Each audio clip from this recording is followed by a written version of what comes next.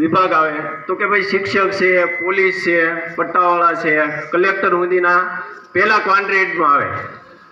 જો આ પુસ્તક છે એ રોબર્ટ કિયોસાકી છે, એનું પુસ્તક લખેલું છે cash flow quadrant.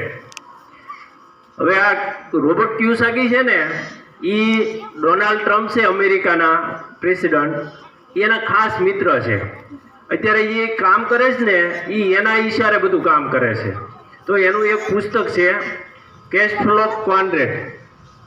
Donald Trump અને રોબર્ટ કિયોસાકી એક પુસ્તક લખેલું છે. એ પુસ્તકનું નામ છે આપકો અમીર ક્યું બનાના ચાહતે, એવું પુસ્તક છે, બે લખેલું છે.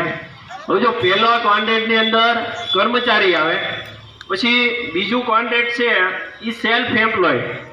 જો ઉપરના પહેલું ક્વાડ્રન્ટ છે ને એમાં જે આવક હોય ને એ ફિક્સ હોય કે ભાઈ 10,000 હોય તો 10,000, 50,000, લાખ રૂપિયા, એ ફિક્સ આવક વાળું હોય. પછી બીજું છે સેલ્ફ એમ્પ્લોય, એટલે કે ચિત્ર શેનું છે બીજું ડોક્ટરનું છે. તો ડોક્ટરનું છે હોય એની આવક છે ને એ પોતાના પૂરતું જ તે મર્યાદિત હોય, સીમિત હોય કે ભાઈ આની આવક છે એ હોય તો જ તે દવાખાનું ચાલે, નકર ન ચાલે.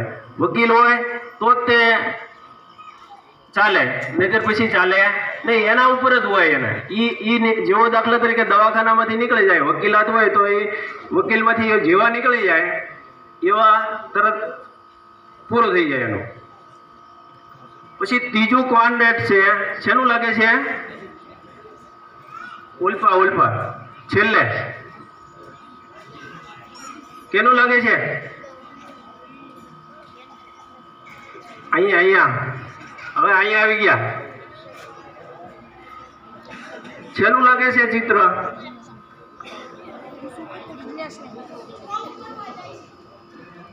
બિઝનેસમેન નું છે. કોનું છે? બિઝનેસમેન. અને છેલ્લું છે શેર માર્કેટનું. બરાબર, માર્કેટનું છે. એટલે કે આપણે ક્યાં ઘૂમીએ છીએ? અહીંયા ને અહીંયા. આપણે બે ક્યાં હોઈએ છીએ? બધા અહીંયા. હવે આપણે આ તરફ જવાનું છે. આપણે 5% તે અમેરિકાની 5% વ્યક્તિઓ છે એ ખેતી કરે છે, ખેતી ને બીજા વ્યવસાયો.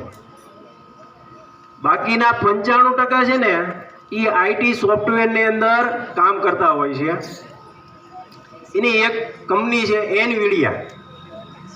એ આખા ભારતને એના જે માલિક છે એ તાઇવાનથી અમેરિકા જાય છે અને ત્યાં એનવીડિયા નામની કંપની બનાવે છે. હવે એનવીડિયા જે કંપની છે આખા ભારત દેશની તમામ કંપનીઓ એટલી માર્કેટ કેપ એક એનવીડિયાની છે. એટલે તમે વિચારો. એટલે હવે આપણે જે દાખલા તરીકે આપણે હરીફરીને ક્યાં ઘૂમતા હોઈએ છીએ?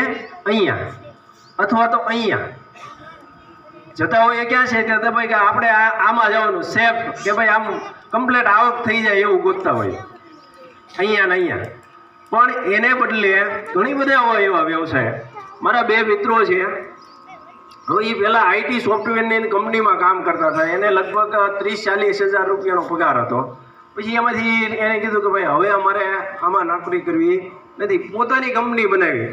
તો દર વર્ષે દર મહિને લાખ 1.5 લાખ એવી નિશ્ચિત આવક નથી એને. બરાબર, શરૂઆતમાં કરીને ત્યારે કે એને 30-20 હજાર, 10 હજાર, 5 હજાર એવી આવક હતી.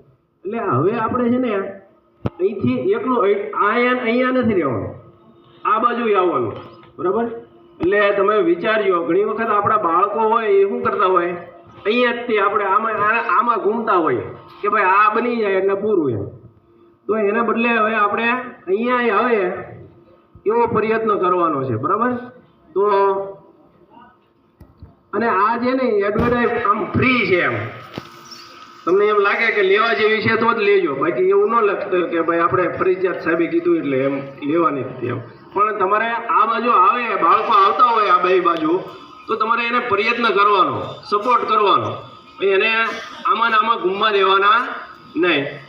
ચલો હવે ખૂબ ખૂબ આભાર તમારો.